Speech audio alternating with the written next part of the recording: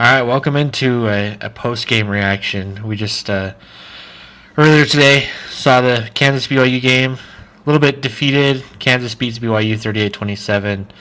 Tanner, what are your initial thoughts about the game? Yeah, just we kind of just talk about our feelings and maybe get into stats and break down it a little bit. But go ahead. Yeah, this one's hard because it takes away the confidence you had seen in Arkansas. At least for me, takes away the confidence in what some of the things that shined in Arkansas and kind of puts a little bit of a question mark on the season going forward. Um, just this game felt winnable. We'll talk about that more a little later. It wasn't like Kansas really outshined BYU that much more. Mm-hmm. It really comes down to the turnovers, which we'll talk about. BYU being very one-dimensional in their targets and who they were going to. No run game. That really leads to this one, a win for Kansas, when I feel it was winnable for BYU. And so I scratch my head on what could have changed, but we'll get into that. So Yeah, I feel the same way. I'm actually, as disappointing as it is, looking back on it and kind of letting it sit for a few hours, it's not as bad as it could have been. Like you said, it felt winnable, and I think that's a positive we can take away from it is that it did feel winnable. And Kansas, I think, is a great team, and I think just being able to hang with them was good. It was just those three turnovers that turned into 21 points for Kansas. Two of the turnovers were just taken back for touchdowns straight up. And that's 21 points, and BYU lost by 11. So without those, this game's a lot closer, and those all happened. I mean, well, no, two of them happened in the second half. One happened to open the game. But BYU going into halftime, I felt pretty good. I felt like they were moving the ball well. They were up by 3. Defense was holding their own. How did you feel going into the first half of this one? Do you feel yeah, similar? first half, watching it, right, you have the fumble, the big hit on Kingston, goes for a touchdown. And it looked like Then, he may have got a concussion on that play because they took yeah, his I believe helmet. so. And But anyways, yeah. it's just they rally, right? They march. I've got it. Even after the fumble, BYU marches 75 yards, really effortlessly, puts 7 on the board, going 4 times to Isaac Rex, who felt open every single Yeah. time on that one. Those short little dump off passes, we put 7 on the board. And it felt like that we go into halftime up 7-14, and I thought if nothing else changes in this game, everything continues like we saw it. BYU squeaks this one out by a touchdown, like against Arkansas. It was going to feel very similar to that Yeah. Arkansas game. No real run game from BYU, but the defense keeps you in it, and the offense goes out and makes plays. And then I think after halftime is where it kind of went south. Yeah, they opened up the second half with a turnover. I believe that was taken back for a touchdown. That puts Kansas up 21-17. BYU gets a field goal. It's 21-20. You feel like it's a close game, but then Kansas kind of just keeps getting whatever they wanted on offense. Just these longer drives, just driving down the field. They do that. They go up 28-20, and at that point, I felt like BYU was still in it. It was once they scored that last touchdown to go up 35, 35-20, that it really felt like it was out of hand. But yeah, just the turnovers killed us. On third downs, we were actually okay. 6 for 14, not great, but not terrible. 2 for 4 on fourth down. I can pull up that real quick. Any stats that kind of stand out to you besides the 3 turnovers? Yeah, it's those turnovers are the glaring one, and then you think it's a joke, right? When you see nine, Yeah, and then next to 221, which is just right? It's just I we knew there were problems, right? Sam Houston, you scratch your head, but you shrug it off as a week 1. Week 2, same thing against SUU, not running the ball like you should against SUU, but you shrug it off to they're going to the air more. And then week 3, Arkansas, same thing. It starts to feel more like a trend, and then to have it kind of solidified here, you scratch your head and you say, it's not coming from Martin, LJ Martin. You can't be like, Yeah, I he's was not gonna say rushing for that. yards, Yeah. right?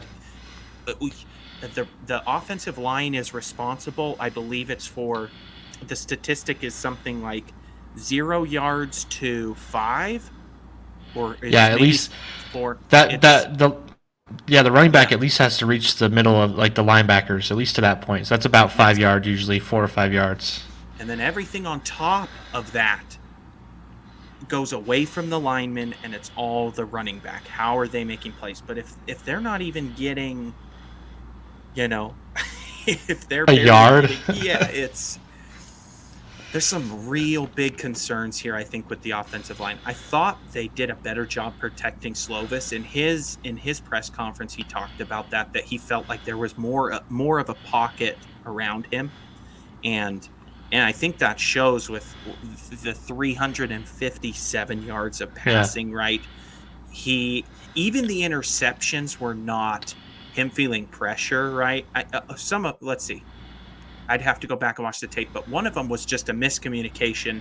Felt like he thought the receiver was Yeah. going to turn around, and even the other one to Rex, it's thrown off, but it bounces off Rex's hands, keeps it in the air. It's an interception. So I feel like one shining thing we could say from this game is that the passing game felt like the problem is it felt like we could rely on it if we need to stay in games, but to be one dimensional when we play a team that gives us no separation on receivers, which we will face some that are Yeah.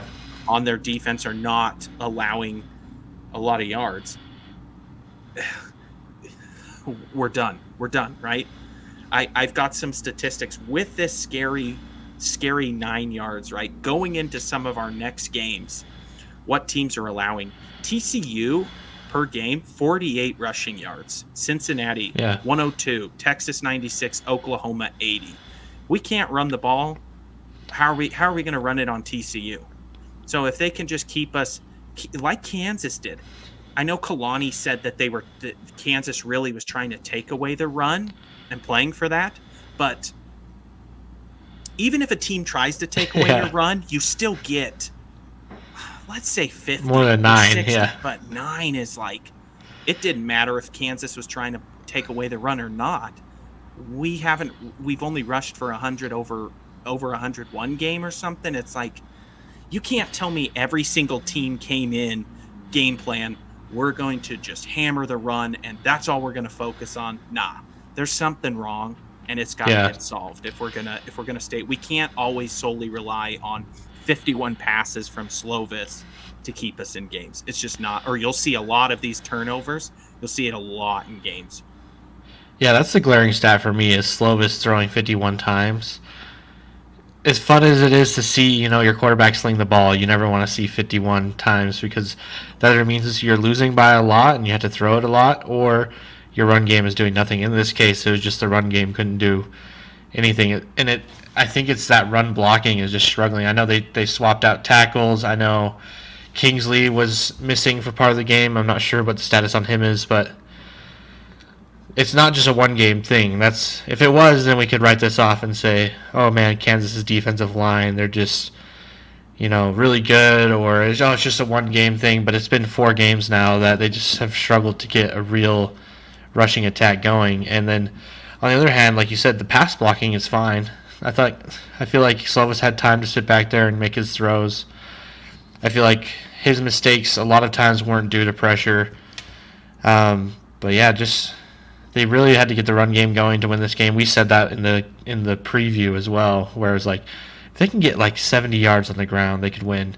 And I think looking back on it, that's probably true because they got 9, and I felt like they weren't totally out of it most of the game. No, definitely not. The defense was a little disappointing in the second half.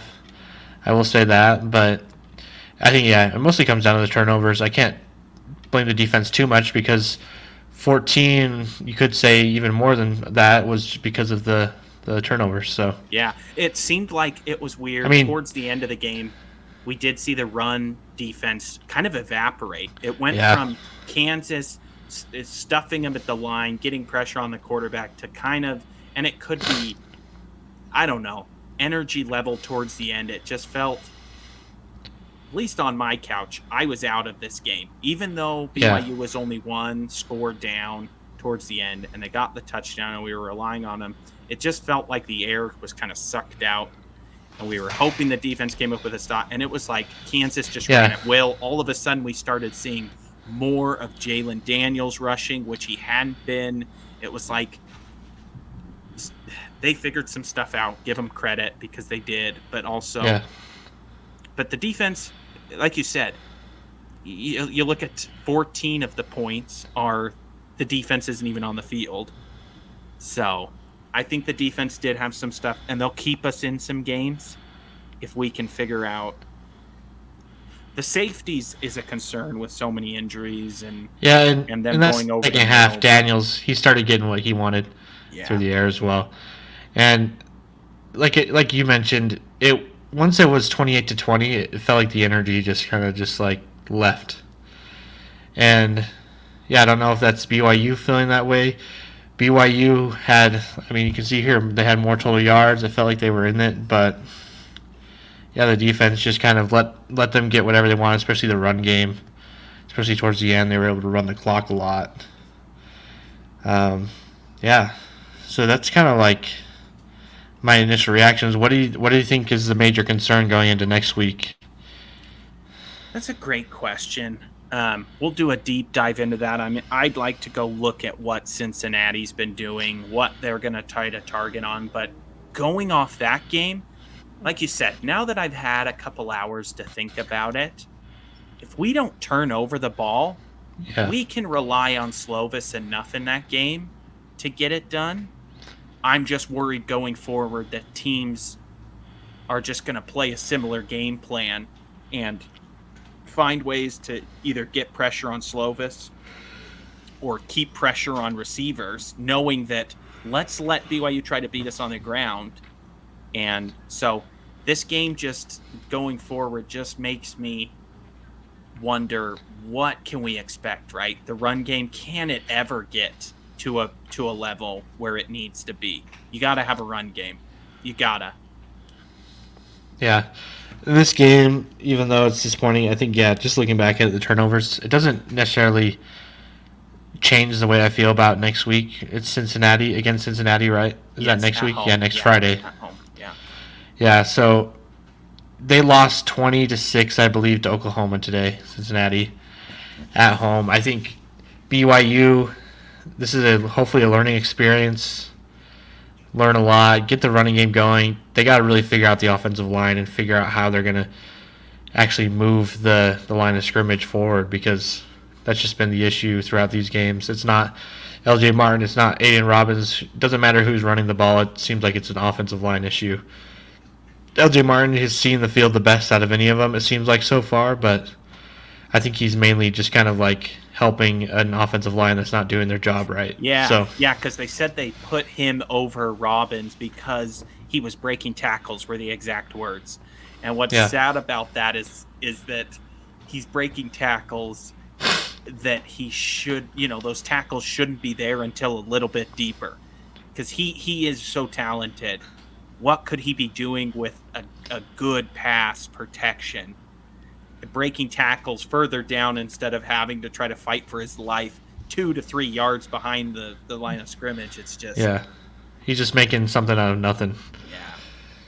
But it was disappointing they couldn't get it done. There was a couple plays in the second half I felt like could have been momentum changers. I think like there was 2 drives in a row that there was some deep balls thrown that were actually caught. But then it seems like they were at the 30-yard line and it just stalled and they couldn't move the ball forward. They're pretty good once they get to the red zone. Once they get 20 yards within that, they're like, it was like something like 11 out of 12 scoring touchdowns. But yeah, just couldn't get in the red zone in the second half, and I think that's mainly the issue, and then the turnovers. But looking to Cincinnati, it's going to be at home. I think it's going to be a good chance for BYU to kind of reset. I don't think it's a easy win, but I think it's a game they can win, especially at home. So yeah, I think it's a night game too. Be interesting to see. We've already seen some of the grit that the team has had in the Arkansas game, coming from behind. Even in this game, after the fumble, scoring. Hopefully we can see a team that comes into Cincinnati and they do learn. Kalani in his post game said, "We'll try to learn from this and come back better next week." I want to stand behind the fact that I think they'll come back. I think they'll use it to learn. But there always is that possibility that this takes some of that enthusiasm away, and you see which guys come to play the next week, or do we fall apart and we hit our toughest stretch of the season and we start to see some losses rack up. That's the scary situation, is what team are we going to get to respond? And I'm just hoping for the positive. So yeah, just quickly, like, we can look at maybe some other games in the Big 12. I don't know if you saw, but I think Texas Tech lost today. Who'd they play? West Virginia? Yeah, they played West Virginia. So that was surprising. Baylor losing to Texas, which was expected. Yeah. We said Cincinnati losing to Oklahoma. Yep. TCU won. This was a surprising one. Now Texas Tech is 1-3. On the other hand, West Virginia is 3-1. Yeah, that's a flip-flop. I don't know if Texas Tech is going to figure it out. BYU gets them in a few weeks, and so maybe. Yeah. I don't know. And then Iowa State beating Oklahoma State was surprising. I thought Oklahoma State was a better team, but then Iowa State pulled that one out. And then look at this. Look how many points Houston was able to put up on Sam Houston. Let me pull that up. Let's see. 38. 38 on Sam Houston. So maybe that defense. Yeah, Houston could do it. People were saying, Sam Houston. Because Air Force, they started out really strong. And I'm actually not. I'm not concerned about BYU's offense as much as besides the run game, just getting going, the offensive line. Because it seems like Slovis is able to move the ball through the air. It's just if that's all they're doing, then it's going to be tough. Yeah. Yeah, next week, Cincinnati. I think going forward, we can't. I got to be careful myself of being like, this team can't go to a bowl game, because there's definitely games we can still win. And like I said, it's scary to rely solely on Slovis's arm, but it got it done at Arkansas, and we may just have to rely on it against, let's say, when we play Cincinnati. I think will be similar, where maybe we'll be able to go to the air. I think we can, because Oklahoma State, Kansas's offense is pretty explosive and really good. So losing to Kansas might not be the worst thing. They might end up being like a really good team that loses only 2 or 3 games this year. Yeah. And I think Cincinnati's, their offense isn't as powerful, so I think if BYU can move the ball enough through the air, even if that's all they do, they can still win that one, I think. Yeah, okay. Because Oklahoma, with Dylan Gabriel, they were moving the ball through the air like however they wanted, getting open over the middle, on the edges, running the ball well as well. So, yeah, we'll see if BYU can run the ball well against them. Yeah. But yeah, it was frustrating to watch. Just kind of like at halftime when you feel good, and then the third quarter starts, and it's almost instantly you're kind of like, oh well, they better figure this out. And it did feel like it might be like Arkansas, where they come back and they have that grit, but they just didn't have it this time. Yeah. So I'd agree with that. We haven't seen. It feels like BYU, besides the SUU game, has felt like it's like they're trying to come from behind almost, right? They were winning in Sam Houston, but it felt like any moment Sam Houston would be the dominant team. Same with Arkansas. It was like BYU had to come up with big stops, or Arkansas would have gotten it done. And unfortunately, in this Kansas game, that's what it was. Is that there was too much in the air. Let Kansas be the team that just came. It was BYU's game to lose, unfortunately. And they're just hurting. Yeah, they're hurting themselves by just giving up points really early against Arkansas, letting them go 14-0 the first 5 minutes, and then this game the turnover for a touchdown. Yeah, down 7. So they just kind of put themselves in holes really early in games. Besides SU, Sam Houston wasn't the case, but it did feel like they were playing from behind. Yeah, just because it felt like they should be doing more. And so it'd be nice to see a game where they can score first and just keep the lead throughout the game. Yeah, Just maybe absolutely. next week will be it. Be It's against only Cincinnati. the first loss. Yeah, So and we're not independent. That's at least yeah. nice. I saw it on Twitter. Someone said, "Well, at least we're not out of it, right?" If you remember Zach Wilson's year 2020, it was the one Yeah. loss to Coastal Carolina, but it The was last like minute game, yeah. we weren't playing. It was kind of a easier schedule, so there was no chance at going really, really far. But it was like you wanted that undefeated season. The second we lost that, it was like, now we're gonna go to What the a toilet waste. bowl. Like at least this one, no chance, no chance. You could say, how much are you willing to bet BYU has no chance of winning the Big 12? I think we always had that expectation of not even close, and we're seeing it. It's not going to be there. I think what we're shooting for now is maybe, I don't know, where would you rank them now? If we're to finish out the season, maybe could they crack the top 5? Let's see. I put top 5 Texas, Oklahoma's up there. I got Kansas there now. Okay, Kansas. Maybe number 4, Kansas. Put BYU 6 or 5. If we can finish 6 or 5, that's better because we were picked, to finish 10th, was it? Or Or 9th? 11th. Something like that low. My goal for them is just have a winning record, and so that'd be 5-4 against Big 12 teams. So I think that would give them 8 wins on the season, which would be really good. And that's kind of what we predicted in our redo. So if you haven't watched that, go watch that. We were wrong about BYU football. Yeah. But, yeah, we picked this as a win. They didn't get it, but as always, go Cougs, and we got next week. Yeah, we got next week. So we'll dive into Cincinnati. But thank you again, everyone, for watching. Go ahead and leave in the comments your prediction for the upcoming game with Cincinnati. Some things you think the team needs to improve on and look for, and we'll cover some of those coming up. So thank you. Okay. Yep. Thanks.